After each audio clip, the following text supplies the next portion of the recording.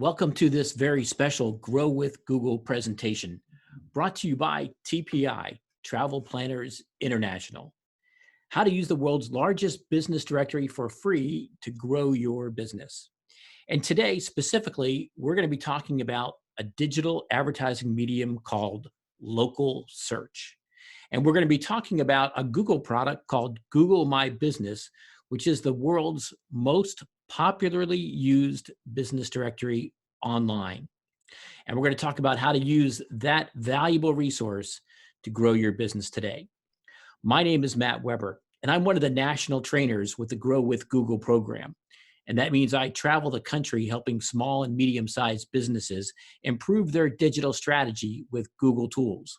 Now, usually I'm doing face-to-face presentations, but lately with the COVID-19 virus, we're doing a lot of online training. So I'm particularly thrilled to be with this group today to continue that.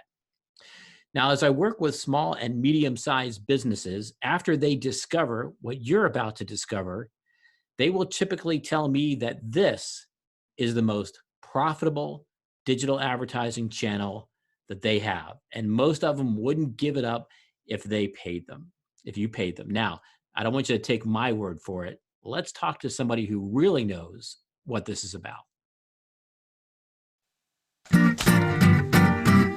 My name is Damie Hahn. I'm the fourth generation of Fadley Seafood here in Baltimore. We're one of the oldest seafood companies in the country. Not many places can say that they've been in a family for 126 years. Bill and Nancy are my parents. My mom is the queen of crab cakes. We make anywhere from 1,000 to 1,500 crab cakes a day out of the best ingredients I could possibly get. It's nice to have someplace that you can go. It's friendly, and there's a lot of love. This is my son, Will, fifth generation of Fadleys. When people search for us, it's important for them to be able to find us, and Google's the perfect place to do that. It's neat that you can see how many people hit you on a certain day. Having that information allows us to be able to say, look, we may have a crowd. And that's huge. Right now, it's oyster season. We have a wonderful oyster stew. We have wonderful fried oysters. We have this beautiful raw bar. Google can help us tell our customers what's in season. It's key to our survival. Knowing that Fadley's will still be here warms my heart. It's not a dunce cap. It's a crab hat. On a dunce. On a dunce.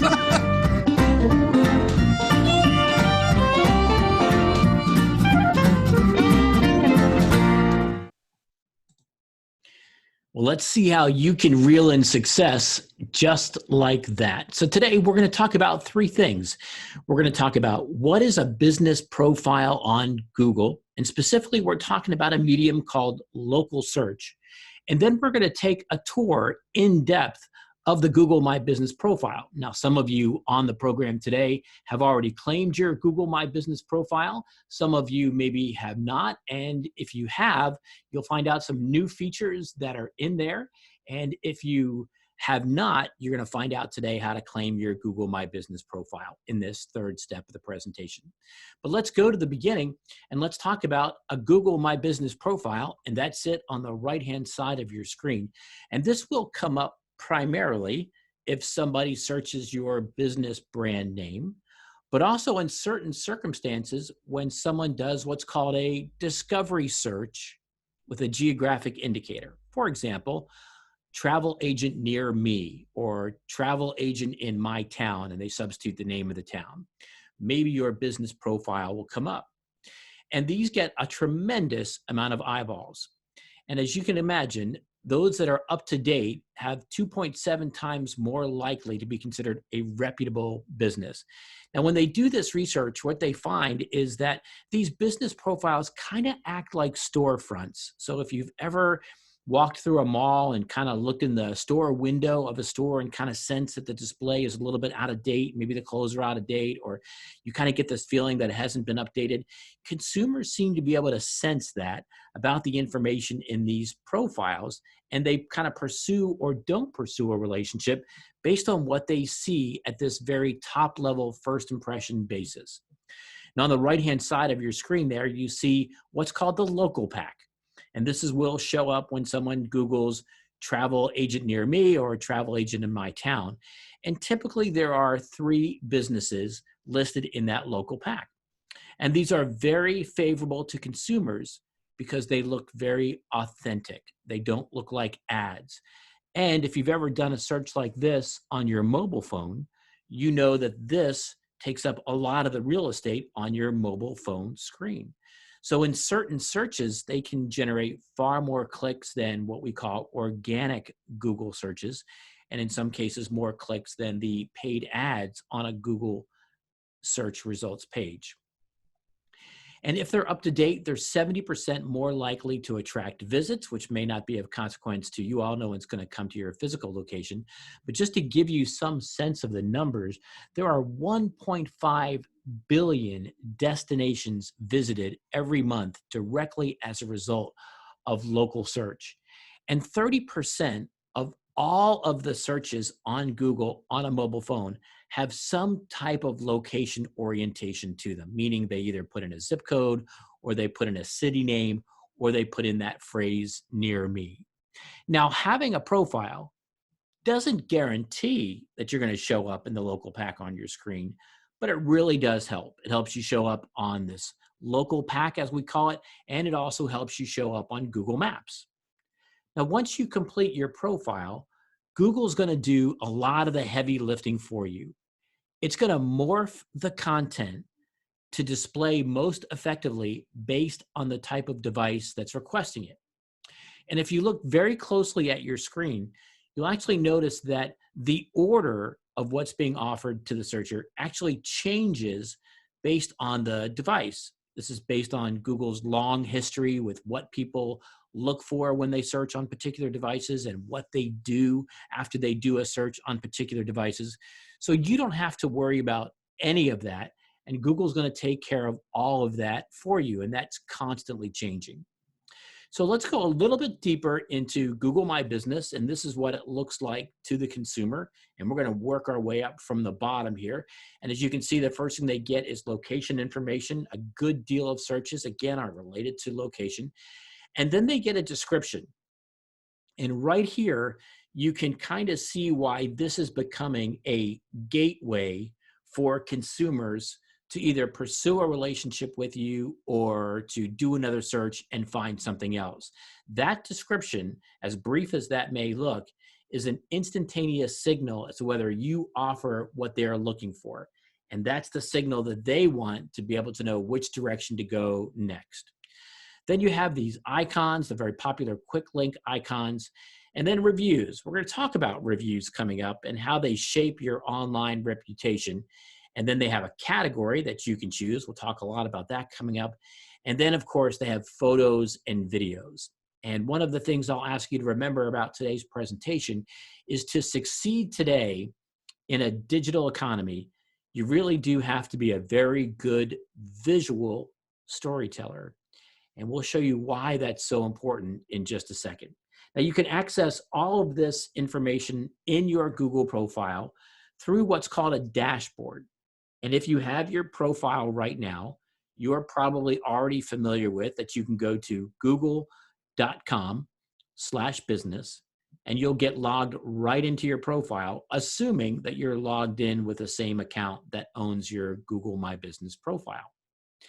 And by the way, if that's the case, if you are logged in with the same account that owns your Google My Business profile and you do a search for your business, you can actually edit it right from the listing that you see on the consumer side. So there's 2 ways that you can edit your Google My Business profile right here in this called dashboard where you have to log in. But if you are already logged in and you do a search for your business, you can actually edit it right from the consumer view and make some changes. But there's a third and perhaps easier way to make changes to your Google My Business profile that most of the businesses that I work with favor, and that's to download the app. And for those of you on the program today that already have your Google My Business profile claimed, if you haven't downloaded the app, highly worth the time. And it's called the Google My Business app. It's available both on Androids and iOS, and it's absolutely free. All you have to do is log in one time. One thing to remember, though, is that there's a small difference in what you can do on the app versus what you can do in the dashboard that we just looked at a few seconds ago. And in some cases, how you do it differs, in addition to some of the functionality being different. But most of the people that I work with, small and medium-sized businesses, owner-operator type businesses, lean on this app as the way to keep their Google My Business profile up to date. So how do you keep it up to date? What would you do with your Google My Business profile? The first thing that you want to do is you definitely want to make sure that your hours are up to date. And even though you may not have strict office hours like another business, you definitely want to post hours. The last thing that Google wants to do is refer a business to a searcher and the business doesn't answer or doesn't respond. So you can put in your hours and you can put in custom hours. For example, if you are open or taking calls every other Saturday, you can do that. You can also pre-populate all of the holiday hours from now until the end of the year, and I would encourage you to put them in there. Now, there's a second reason that's really important for you to do this, in addition to what consumers want and need. Google looks at businesses that are updating their hours and keeping them up to date as actively engaged businesses. Remember that local pack in that map? Well, Google doesn't want to show a business to a searcher that they're not completely convinced isn't open and active and engaged. So updating your hours is a small way to tell the Google algorithm that yes, you're active, you're open, you're engaged, and that they can have confidence in the information that you can put in. One of the things you'll learn as you become more immersed in website analytics data, and this is a little bit disappointing, frankly, is that people continue to show a decreasing appetite to read. They have less and less interest in reading a lot of text. But they do have a lot of interest in looking at photos. And this probably confirms what you experience on your own social media, right? People have an enormous appetite for visual storytelling, for graphics, for memes, for photos. And so if you really want to resonate with today's consumer, it becomes super important that you become a really good visual storyteller. And if you're in the travel business, I suspect you've already got great photos that you can use to attract people's attention. But let's go one step further and let's think out of the box a little bit. Maybe there's an important document that you use that you want to point people to, a guarantee, a warranty, a certificate. Take a picture of it. Maybe you've won a particular award from a vendor or a provider. Take a picture of it. Think a little bit out of the box as to how you let people see what your business is about through photographs. And it may be more than just the common travel photos. How do they see what you do through photographs? And the great thing about the app is that you can take the photograph and upload it to your profile right from the app. And there's also a little bit of photo editing that you can do within the app itself. You can add some filters and do a little bit of cropping. So again, here's why a lot of people lean on that app to update their Google My Business profile, because it's so easy to get photos from your phone right into the profile. Now, here's a new feature on Google My Business that's a little confusing. You can create what's called a short name, and think of this a little bit like a vanity license plate on a car. Because if you've ever tried to get someone to your Google My Business profile, maybe you were soliciting reviews, for example, back just a couple months ago, you would tell them to go to this very long, complicated URL that was really a mosh pit of alphanumeric characters.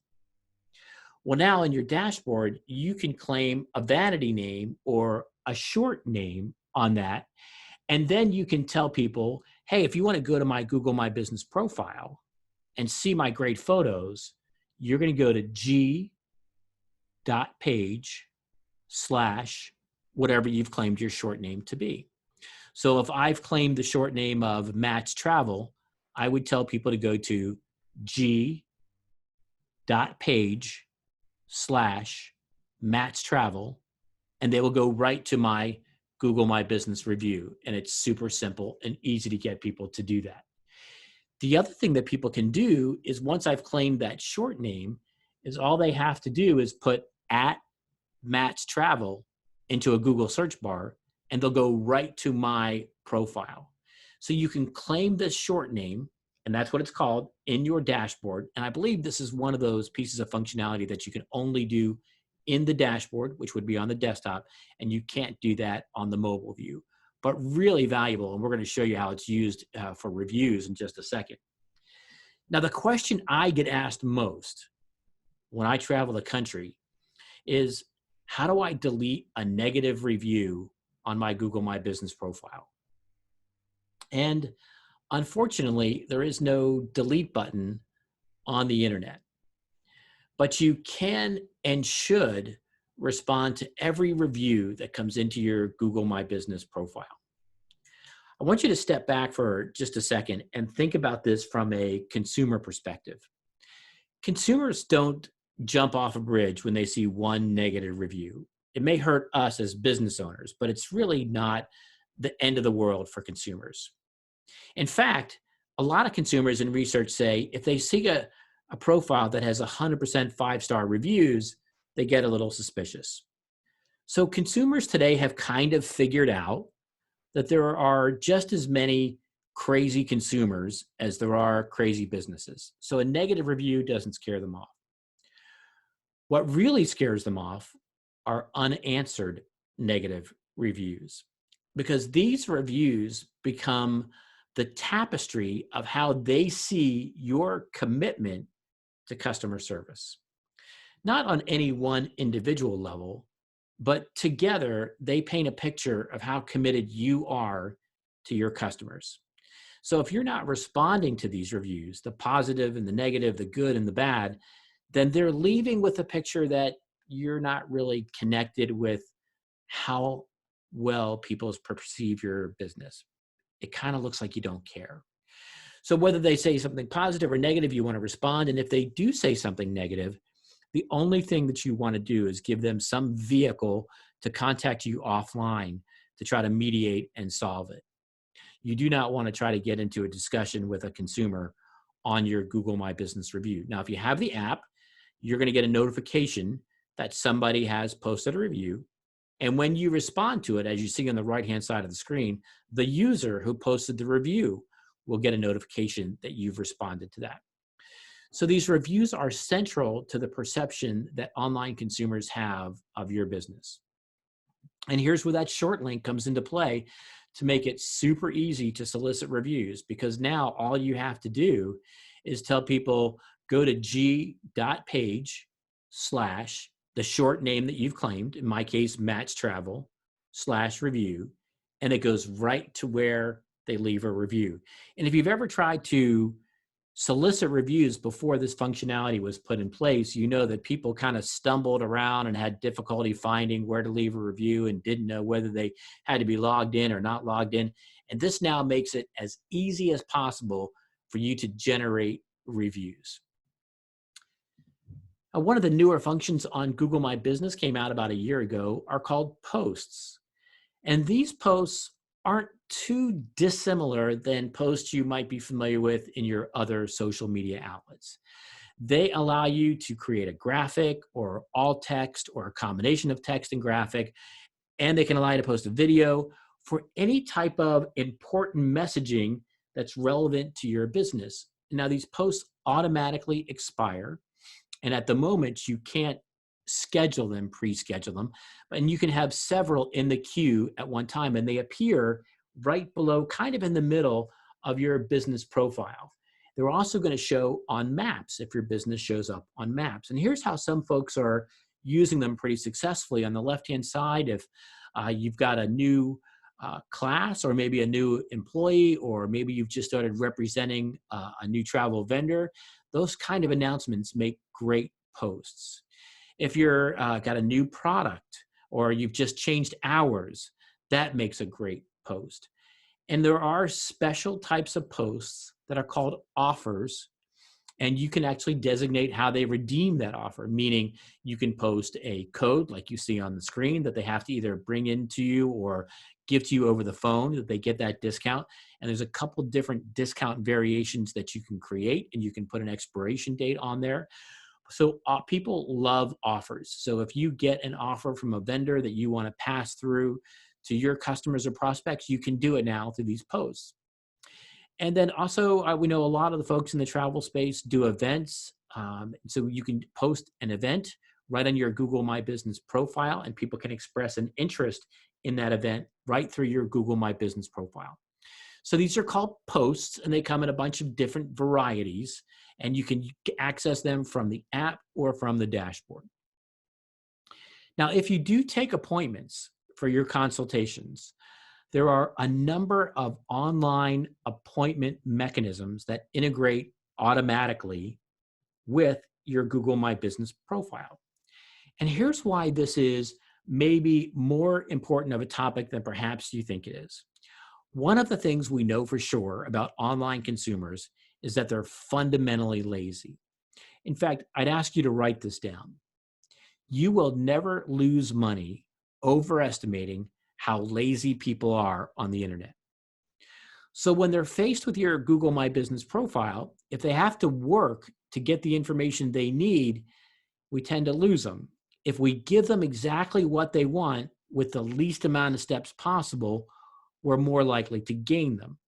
So if you do take appointments for consultation and they can do that appointment, create it right from your Google My Business profile, and that saves them from either going to your website and maybe taking another click, you're going to benefit from that because there's almost a direct mathematical linear relationship between the more we make people click and our likelihood of losing them as prospects. Now, there's some big names in this business that you're probably familiar with. Booksy, Appointee, Mindbody, Full Slate are some that you might use. Schedulosity, OpenTable, not relevant to your business, but is a big brand name that people may have heard of. And all of those have built-in connectors to the Google My Business profile. And so they can set up an appointment for you just by using one of those connectors. And here's another new piece of functionality. Just came out about 6 or 7 months ago, and it's called a follower offer. So if you have an offer that you want to use to entice people to engage with you for the first time, then you can put that in your Google My Business profile. And when people click the follow button, when they see your profile, they will be immediately sent that offer. And then as you change that offer, they will be immediately sent however you revise that offer. So you can see the follow button here as an example on your screen. So maybe it's relevant to what you do in particular. It might not be, but it's a pretty powerful opportunity to get people to come to you as they're scanning the internet looking for possible vendors to help them with their particular travel issue. Here's something that's really important that a lot of folks don't take advantage of.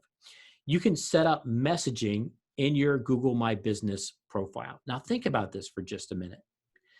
Think how texting has become our universal language, right? I think if I asked all of you listening to the program right now, and we've got quite a few people listening, how many of you have sent a text message in the last 24 hours? I would suspect I'd see a lot of hands go up.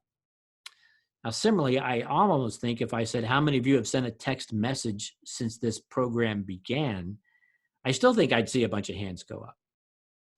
But I think you get the point that texting has become our nearly universal way of communicating.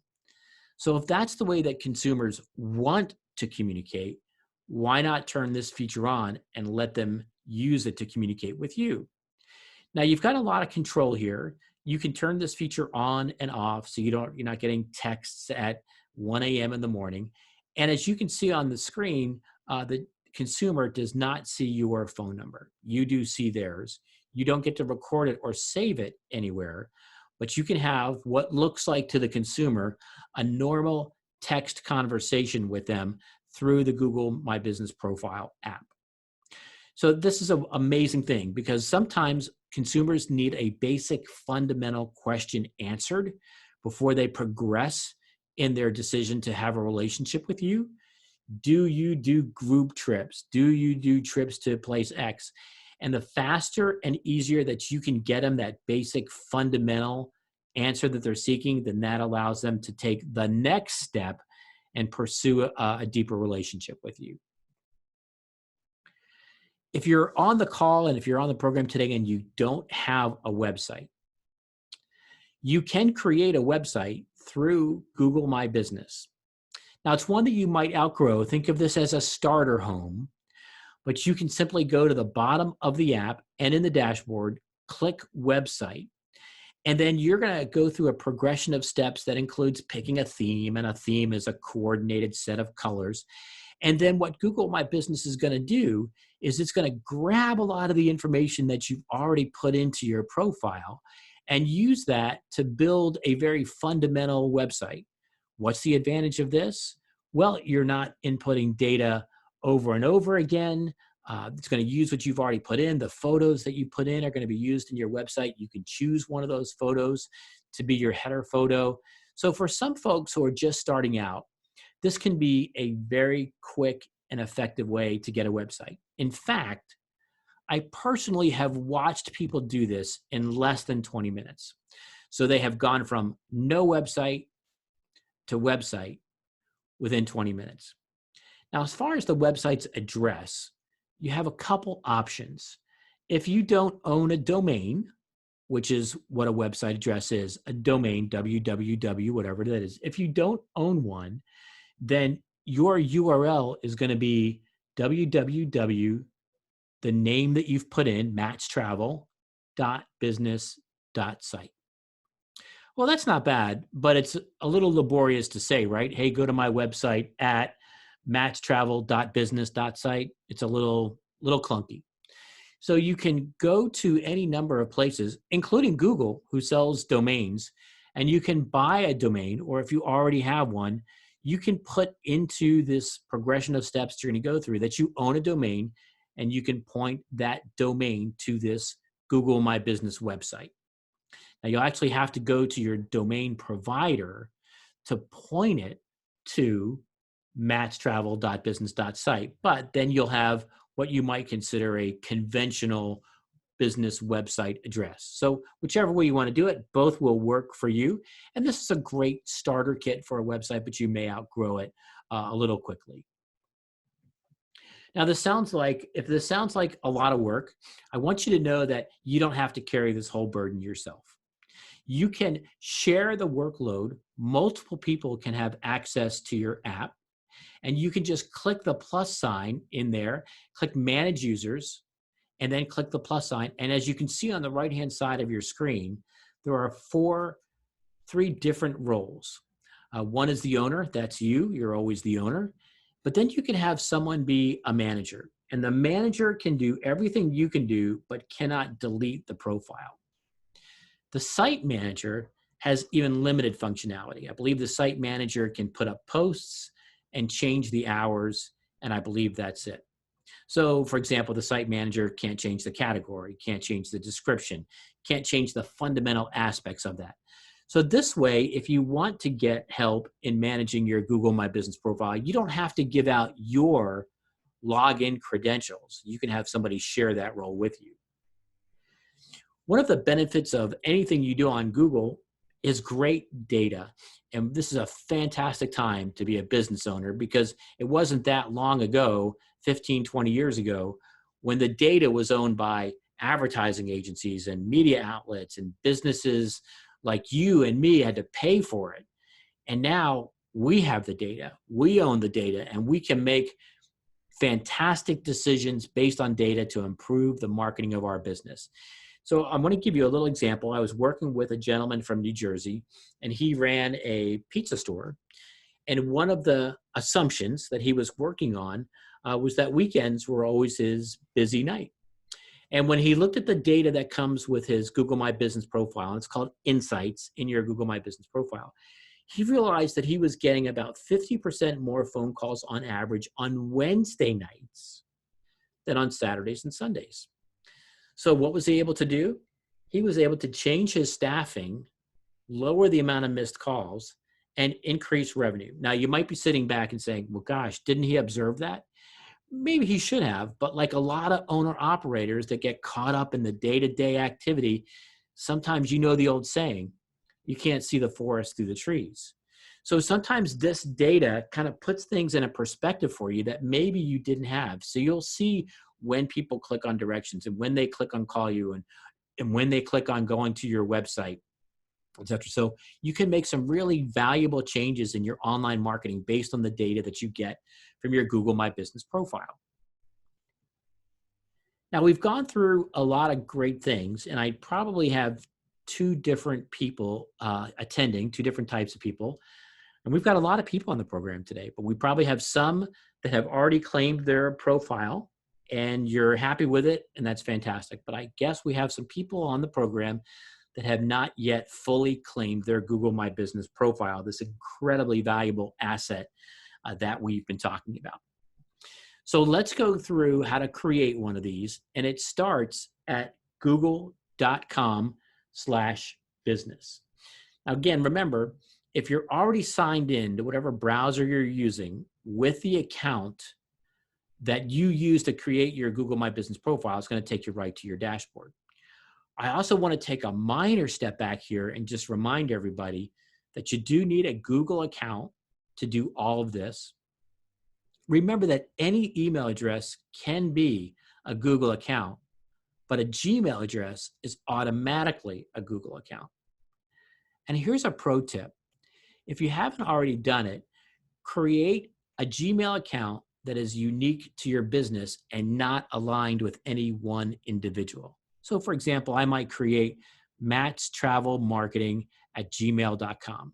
It's not my personal email, it's the business's. So now I can go and connect all these really valuable tools, Google My Business, Google Ads, Google Analytics, Google Trends, and I connect them all with that one address, and they're all going to work together just a little bit better than if I used different addresses for each one. And I have the advantage that if I do want to seek assistance from anybody, I don't have to give them my personal credentials, which happens quite often. So there's your pro tip. Make sure you have a neutral business Gmail address that's not associated with any one individual. But we're going to get started here at google.com/business. You got to have that Google account to get all of this started.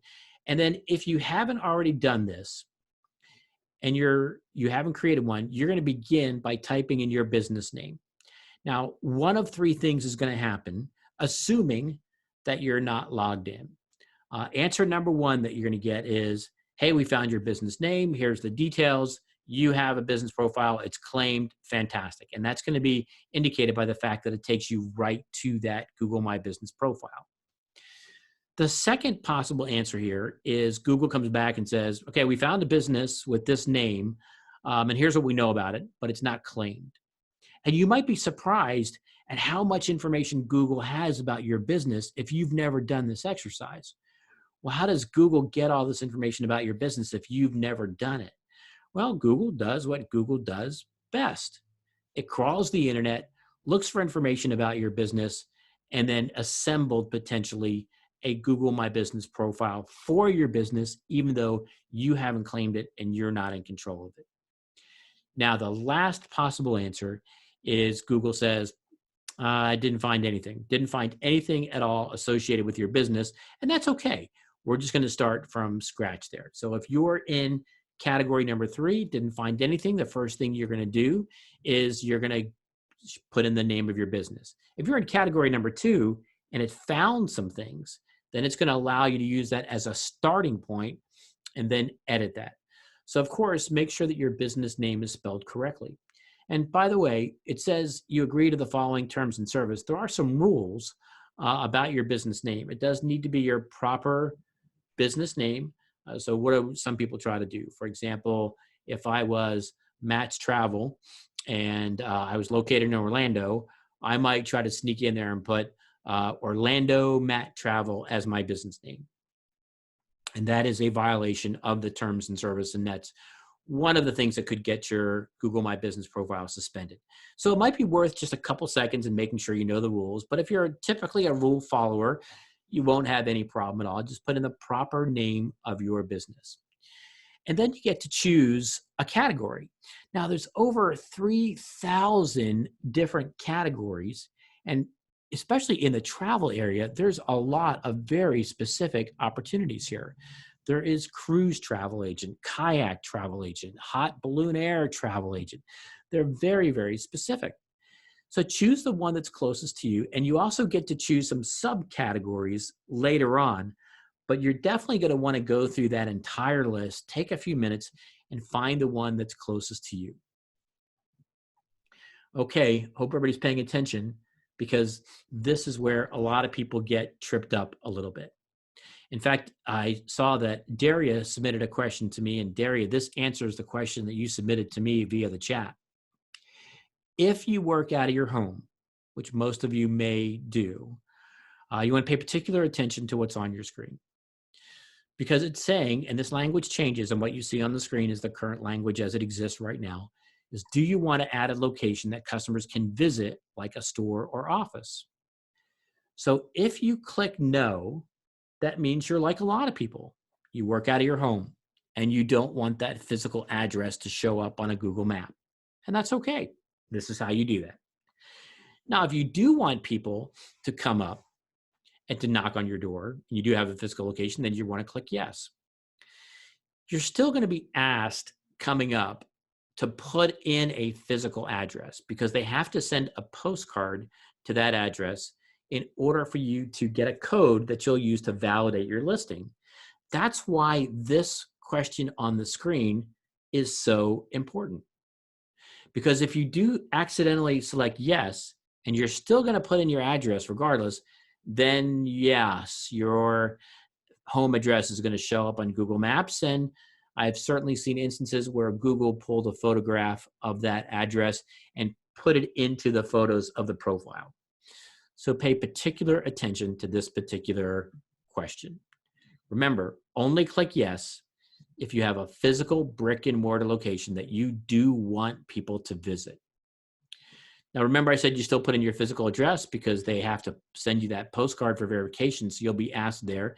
And you cannot put in a post office box, and you can put in a post office box here if you've clicked no. If you clicked yes, you cannot put in a post office box here. If you clicked yes, you cannot put in an executive suite address or a mailbox, etc., or a UPS store address if you clicked yes. Remember that you have to be able to get mail at the address that you put in. Now, even if you said yes, I have a brick and mortar location I do want people to visit, you can still say to Google, in addition to that, I do deliver. I bring things to people, which of course, think about how our economy is changing right now and how many businesses are delivering when just a couple months ago they didn't.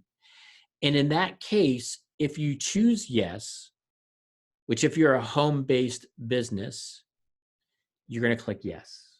And then you're going to put in the areas that you serve, and you're going to pick what's called a service area. Now, a lot of people get a little greedy here, and they say, oh, well, if I want more customers, then what I want to do is I want to claim the biggest service area possible. I want to be able to claim the state of Florida. So what is a service area? Google kind of knows how far people will travel for a particular type of business. For example, we're probably not going to travel 25 miles to go to a coffee shop.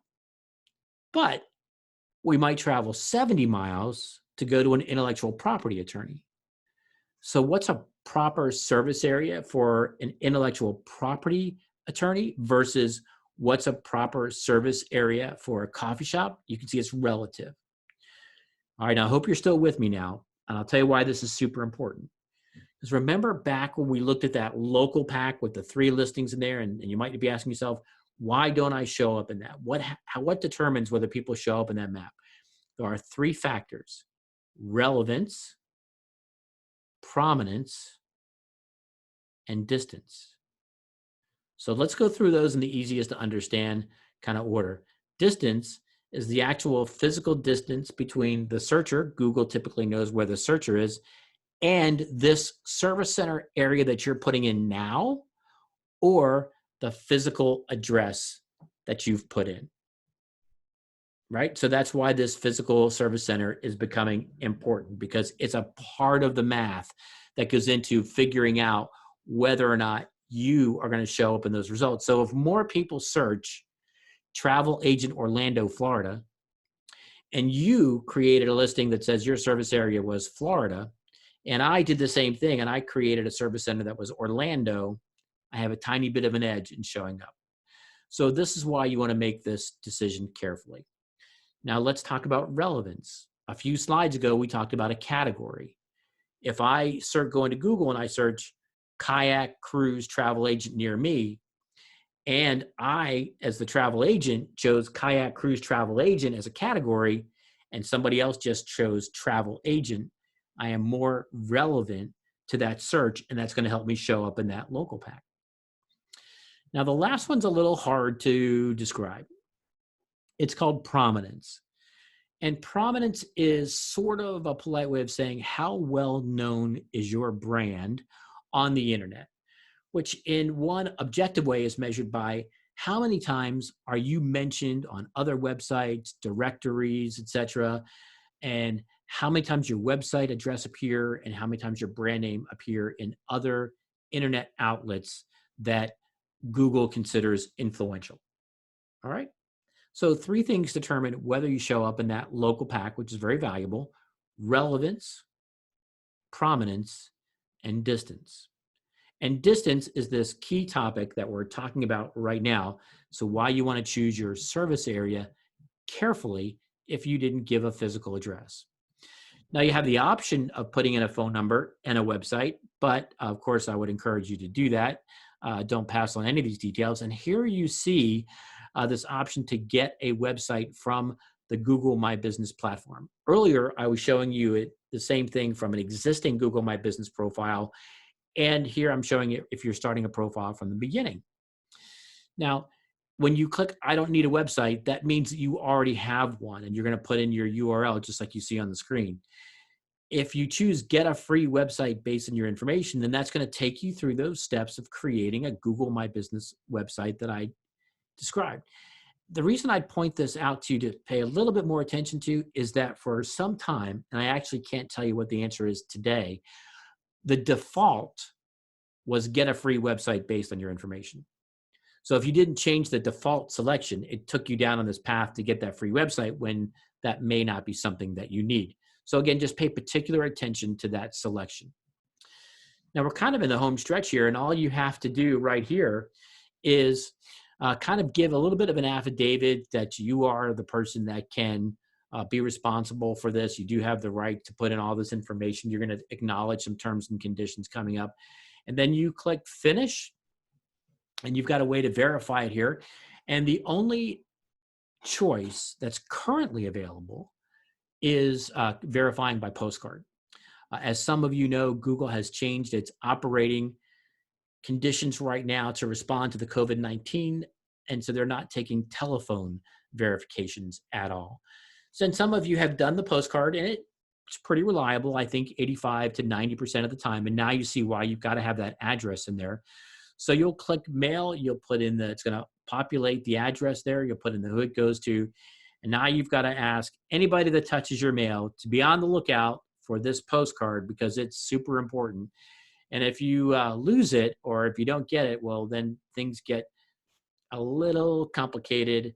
Not a lot, but a little complicated. But then you have to go in and you have to request the postcard again. So once you click that button to send that postcard, be on full red alert. Now, I do this a lot, and I talk to an awful lot of small businesses, and I have heard everything from 3 to 30 days, as long as the duration it takes that postcard. And I've heard everything in between. Now, as you can see what Google says, 5 days, but I have been eye to eye with people that tell me 30. I've been eye to eye with people that tell me 25, and I've been eye to eye with people that tell me 3. So be prepared for it, keep a lookout for it, and then hopefully that postcard will come to you a little bit faster. Now we're in the final step of the program here, and so I want to make sure that you leave today with what your next steps are. And then since we have, I think, just about 10 minutes before our scheduled end of the program, if you do have a question that I can answer, I'll try to. You can put that in the group chat, and I see some people have put in some very specific questions already. But here's the takeaway for what you want to do after the program is if you haven't already done it, you want to create and verify your business profile. And the beginning place is google.com/business. Now, then, or if you have this profile already, you want to make sure that all of your information is up to date. This is not a set it and forget it medium. This is something you get to work with and you get to experiment with and use the data and see what photos do people find appealing and what posts do people click on. Use this, treat this like a garden and continually plant new things and pull out the things that aren't working. So I would encourage you to do that most easily through the Google My Business app, available for free at both the Google Play Store and also the Apple App Store. And then finally, commit yourself to twice a month, looking at what are called insights in your business profile and see what stories the data tells you. And I think you might be surprised at what fundamental changes you might make to your marketing or to even your operational procedures, as I indicated with that example with the pizza store, based on some of the data that you're now getting through this. Now, it doesn't stop here. There's some great places for you to grow your knowledge, and you can find them at google.com/grow. There's a lot of information available, some great courses available for local businesses, not only about Google My Business, but about Google Ads and Google Analytics and Google Data Studio. You'll find all of that there. And if you happen to have a desire to improve your technical skills, there's even really great bite-sized classes to teach yourself code for developers. So there's a lot of great resources there. That's our presentation, and I want to thank the folks at TPI Travel Planners International for making this event possible, for facilitating all of the technology and all the costs associated with bringing you today's program. Now, I do have a couple questions here, and if you're willing to hang on, we'll see what we have here as far as questions. And we're going to go all the way to the top here. And it looks like that Deborah asks, what if you service clients in 2 different states? My recommendation to begin, Deborah, is to choose one as a geography. Because remember that relevancy factor? That relevancy factor is, there aren't people who are going to put into Google travel agent in Florida or Georgia. No one ever searches that. So, but they are going to search travel agent in Florida, maybe, but more likely they're going to search travel agent in Orlando or travel agent near me. So again, it's that relevance factor. The more relevant you are to what the person's looking for, the more likely you are to show up in those Google search results. So I would recommend not only one state, but even maybe experimenting initially with 1 or 2 big metro areas within that particular state. I'm going to pronounce this name correctly, hopefully. Wakakasi Johnson asks, is there a help desk if there are issues with updating a business name? Yes. And I will say to you openly that Google support is a little backed up right now in the COVID-19 era. But if you Google the phrase Google My Business support form, there is a support form that you can fill out and request help. In normal times, there's a phone number, but it's not functioning right now. Now, I also have a lot of clients that find success when they contact Google My Business support through some of the social media channels like Twitter, for example. So go to Twitter and look for the official Google My Business feed. And I have a lot of clients that have had success in talking directly to them through that avenue. Amy says, I've already claimed my Google profile at the beginning of May and have started receiving reviews. On the app, they show up under customers, but when I search for my profile on Google, none of the reviews show up. Am I doing something wrong? No, you are not. One of the delays that we're experiencing right now with Google is, and even though the review process is fairly automated. It's fairly algorithmic. They have said publicly that the distribution of reviews, the visibility of them is being delayed by the operational changes that they've made internally for COVID-19. So that is very unlikely related to anything that you are doing. Linda asks if she went through the postcard, she went through the settings and got the postcard, but could never get the final step completed. Is there a phone number for assistance? There was, Linda, but it's not functioning right now. And the best thing to do is to Google My Business Support Form and fill out that form. Now, I just did this with a client just the other day, and I have to tell you, it took, I think, 4 business days to get a response, but they are responding. Another question from Wakikisi. I hope I'm doing that right. Can you link your Google local guide profile to your business page? You know, that's a great question. I've never tried to do that. I don't think that's possible, and I base my answer only on my familiarity with the Google My Business profile, having spent enough time in it, but never having pursued that specifically. So I'm going to say probably no, but I've never looked at that specifically. Dawn asks, can you set up a text that you can text a client and ask for a review? Not through the Google My Business profile, Dawn, but you can do that through a number of third-party applications that do that. And let me just add one caution to that. You cannot do what's called review gating. There are some third-party tools on the internet that allow you to subscribe for $39.95, $49.95 a month, $29.95. And what they'll do is they'll facilitate that communication for you via text or via email. You upload your client list and it will send out like a minor poll. Are you happy? Are you not happy? And then if the consumer clicks not happy, they get response A, which tells them something different. And if they click happy, then they get response B, which says, oh, terrific. Well, then leave a review on Google My Business profile. And that is called review gating. And that is a violation of Google's terms and conditions. You also cannot incentivize anybody to leave a review on Google My Business. So Dawn, I hope I answered that question well for you. Rhonda says, my listing used to show up right away on travel agent searches. I updated a coworker's site, and now mine is buried at the end of the stacks. Suggestions on how to correct this. Unfortunately, Rhonda, I'd love to help, but I don't know there's enough information there for me to go on that. There could be a number of things involved, but I would hesitate to make a possibility here with being armed with such little information. And I think we're going to come to the end. And Patrice asked, can we view this video later? Yes, the folks at TPI will make this video available as part of their Fiercely Forward formula. Deborah says, you keep mentioning clients. Can you be hired? My full-time job is leading a digital marketing firm out of Orlando, Florida called Roar Internet Marketing. And you're certainly welcome to visit our website on the internet. And I appreciate you asking that question. Rhonda asks, is it possible for the website to be shared to agents at separate locations, but use the same business website? Rhonda, that's a great question. And I just want to make sure I understand it. So 2 agents use the same domain, but they have 2 separate Google My Business profiles. That's how I'm going to interpret your question. They use the same website address, but they each have 2 separate Google My Business profiles. I don't think that's going to be successful. I think that based on what I know about how Google handles that, I think that's not going to be a successful technique for you. I would not recommend that. Question from Wakikson again. My Google Biz is linked to my personal email versus my G Suite email.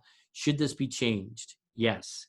And so what you have to do is make your G Suite email a manager, and then it has to be a manager for a certain period of time. I believe it's 21 days. And then you can promote that address to co-owner, at which point your G Suite address will have the same empowerments as your personal address, but it has to start off at the manager level. All right. I think that that covers our questions, and it just puts us right about the end of our presentation.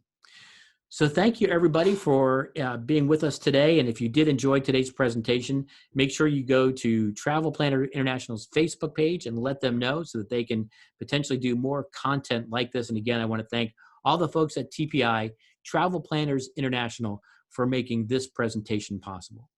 Thank you everyone for joining, and have a great evening.